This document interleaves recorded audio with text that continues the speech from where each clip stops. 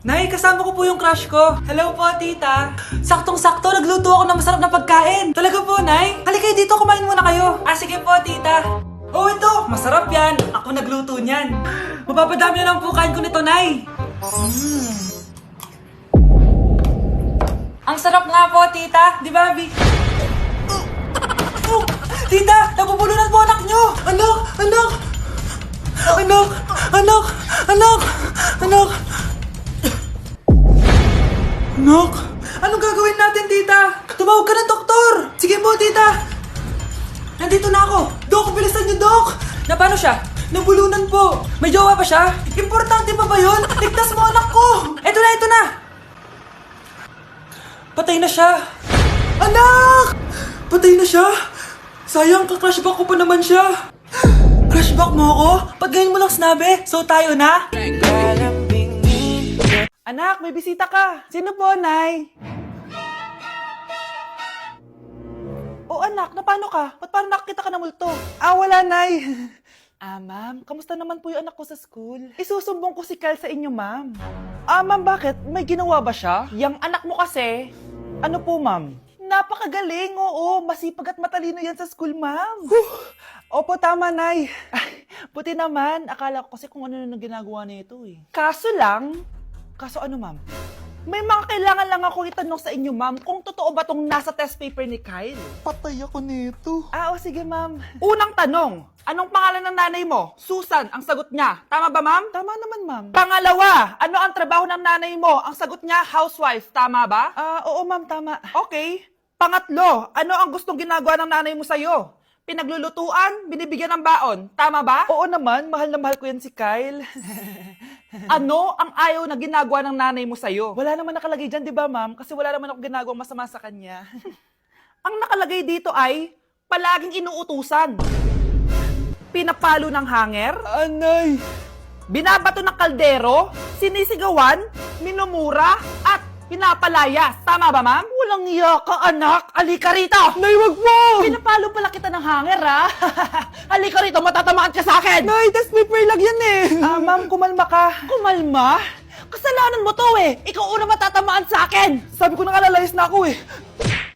Anak, nakita mo ba yung cellphone ng tatay mo? Nilagay ko dun sa loob ng kabaong niya bago siya ilibing. Ha? Ba't mo naman ginawa yun, anak? May mga importante laman doon. Baka sakaling buhay pa siya para matawagan niya ako. Ay, Diyos ko talaga tong batang to.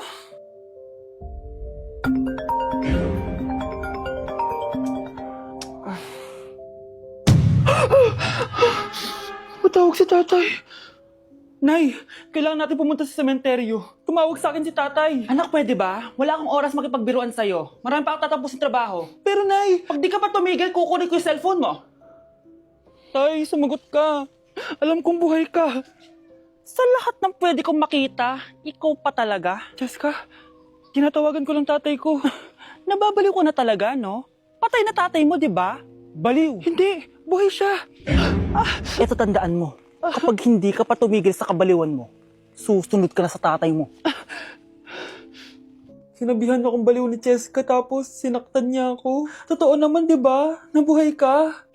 Anak, nabalitaan mo na ba? Ha? Ang alin, Nay? Patay na si Jessica.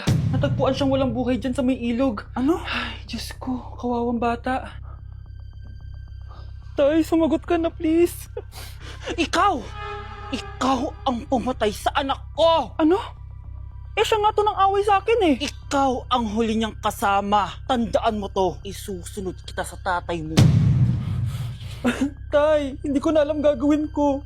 Sinisisi ako ng nanay ni Jessica sa pagkamatay ng anak niya. Natatakot ako. Anak, yung nanay ni Jessica. Oh, Bakit, Nay? pinatay daw. Binitin sa may puno. Ano? Nakakatakot na dito sa barangay natin, anak. Sinong pumapatay sa kanila? Nay, may tao. Sino po sila? Magandang araw po. Ako po si Detective Jason. Ako ang may hawak sa investigation case sa pagkamatay ni Cheska at ng kanyang nanay. Bakit kayo nandito? Dahil dito.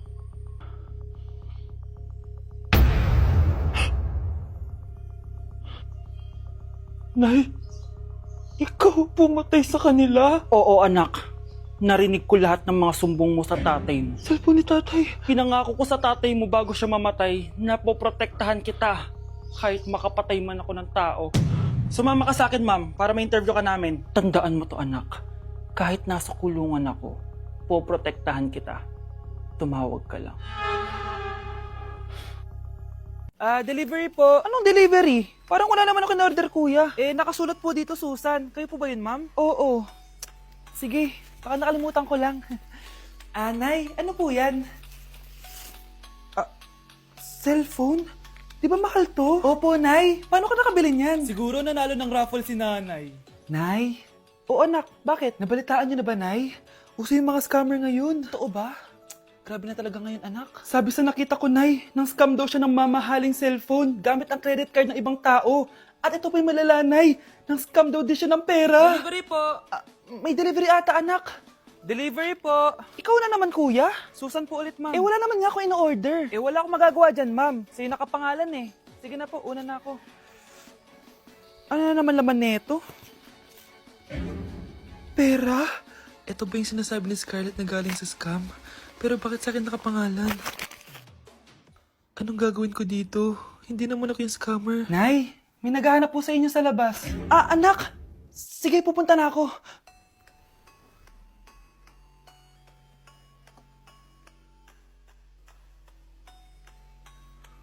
Hello po. Ano pong kailangan nila? Kayo po ba si Susan, ma'am? May natanggap po kasi akong report na kayo daw po nangi-scam. Scammer? Hindi ako scammer, Ma'am, sa'yo nakapangalan ng mga parcel. Kaya sumama ka na sa amin. Hindi nga ako scammer! Ikukulong ka na namin. Huwag niyo ko ikulong! Hindi ako scammer! Itigil niyo na yan! Hindi si nanay ang scammer. Pero nasa bahay na to, ang totoong scammer. Anak? Oh, Nay, gising ka pa? May ibibigay lang ako sa'yo. Eto. Good luck to, ha? Dreamcatcher to, Nay, Oo, anak. Ang sabi nila, magsabi ka lang ng wish mo dyan, matutupad. Malay mo naman, di ba? Thank you, Nay. Dreamcatcher. Matry nga to. Sana maging top 1 ako sa klase namin. Anak! Congrats! Bakit po, Nay? Ikaw daw ang top 1 sa klase niyo! Totoo ba, Nay? Totoo nga to.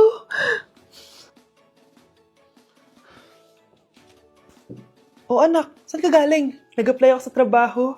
Ayoko naman maging pabigat sa inyo habang buhay. Sana makabawi na ako sa inyo. Ba't di mo nalang i-wish yan sa Dreamcatcher? Malay mo naman, di ba? Oo nga, no, Nay. Nay! Tanggap na ako sa trabaho! Ang laki pa ng sahod ko! O, di ba? Sabi ko naman sa'yo, anak eh. Deserve mo yan. Nay, sa wakas, makakabawi na rin ako sa inyo. Bes, alam mo, ang yaman mo na. Bakit di ka pa mag-asawa? Ay naku, Bes. Kung may magkakagusto man sa akin, ang gusto ko, mabait at responsable. Parang si Joshua. Naku, Bes. Si Joshua pa. Puro trabaho yan. Hi, Scarlett. Pwede ba tayong mag-lunch together mamaya? Sure, sige. Siyan ba? Ayun. Yan ay simula na love story nyo, ha? Ay, mahal. Grabe. Natupad na natin yung mga pangarap natin. May anak tayo. May malaki tayong bahay. May maayos tayong trabaho. Ay, sa wakas. Proud ako sa ating dalawa, mahal.